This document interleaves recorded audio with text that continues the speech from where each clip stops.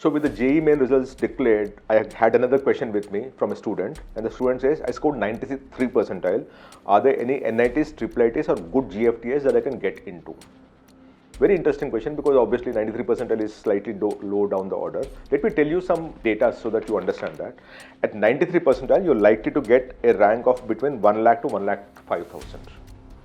Between 1 lakh and 1 lakh 5,000. So now you imagine that about a lakh of students are above you, and you're trying to compete with the most premier institutions in the best branches that you can. So that's the first thing that you must know. If I look at NITs alone, NITs will close, the last branch that you get at NITs is at 96 percentile. At 96 percentile, any chance of you getting into any NIT in any branch closes. Now at IIITs, at 95.3 percentile, again it closes. So essentially at 93 percentile, you don't have a chance of getting into any branch or any NIT or any IIIT at any branch level also. So that is a problem. But there is some good news for you, and the good news is the GFTIs, which is called the government funded technical institutions, which are specialized institutions that have been created with the government of India, or they are central universities, and that is where you have a decent chance of getting in. Like for example, GFTIs, up to 91.5 percentile, you still have a chance of getting into one of the GFTIs, right?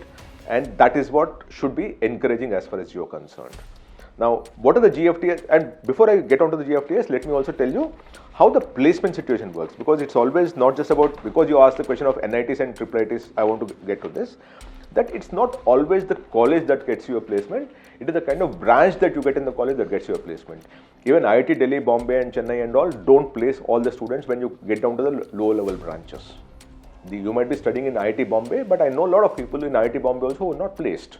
Same thing with Delhi and same thing with Chennai also. And so that's because the branch that they studied doesn't have much demand.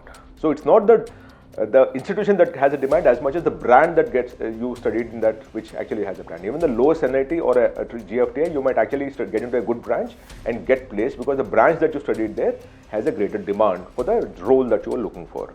Because for example, CSC, the average salary across all the IITs, NITs, IIITs is about 20 lakh rupees, and the average placement is about 82%.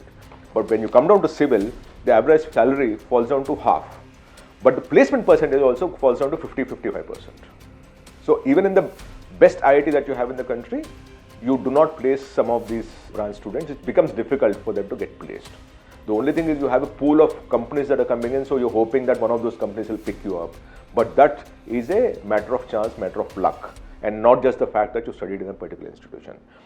Once you understand that it's the branch that gets you a placement, let me tell you what are the GFTIs where you are likely to get a placement at a 93 percentile, which essentially is about, as I said, 1 lakh rank plus or minus 5,000, right? And Central University of Haryana, in the All India quota, for BTech Civil Engineering, you get at 1 lakh 4,045.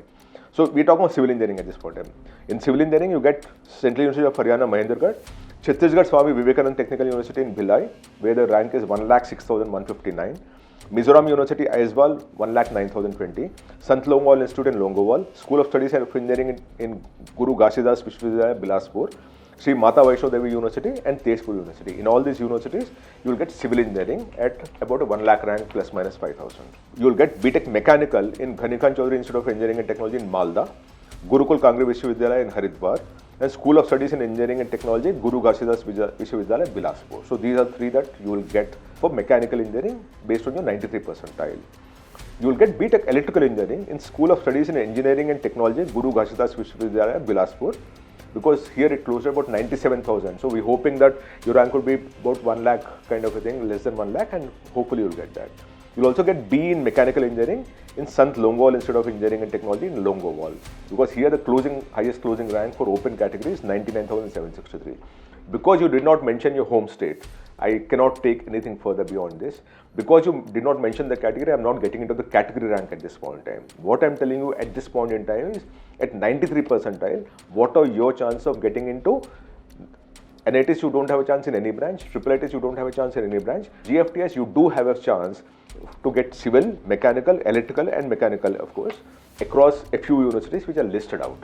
But remember, it's always important for you to know that the branch gets you a job as much as, and not the college. So if you're very sure of the kind of outcome that you want, maybe if I were you, I'll also start looking at other universities beyond the NITs, IIITs and GFTIs. and see if I can actually work hard to get into one of those institutions, because there is a more reasonable guarantee for you to get placement. That's my response to you. Thank you so much. And if any one of you want me to respond to any of the specific questions, write them in the message box here and I'll be happy to take it up if I can have the time. Thank you so much.